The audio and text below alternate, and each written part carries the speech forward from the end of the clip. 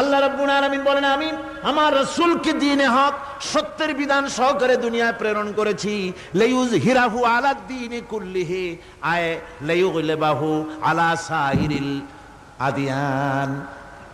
সমস্ত আদিয়ানে বাতিলের উপরে আমার দ্বীনকে বিজয়ী করে দেওয়ার জন্য আমি রাসূলের কাছে কিতাব সহকারে তাকে অবতীর্ণ করেছি। এ দায়িত্ব শুধু মুহাম্মদ সাল্লাল্লাহু আলাইহি ওয়াসাল্লামের ছিল না, দুনিয়ার উপরে আল্লাহর দ্বীন কায়েম করা, আল্লাহর বিধান অনুযায়ী মানুষের বিচার ফয়সালার দায়িত্ব শুধু মুহাম্মদ সাল্লাল্লাহু আলাইহি ওয়াসাল্লামের ছিল না, সমস্ত নবীদের ছিল। কাদের ছিল? সব নবীদের ছিল। ফাবাআসাল্লাহু আন-নাবিয়্যিনা মুবাশশিরিনা মুনযিরিন ওয়া আনজালা মা'আহুমুল কিতাবা বিল হাক্কি লিয়াহকুমা বাইনান নাস।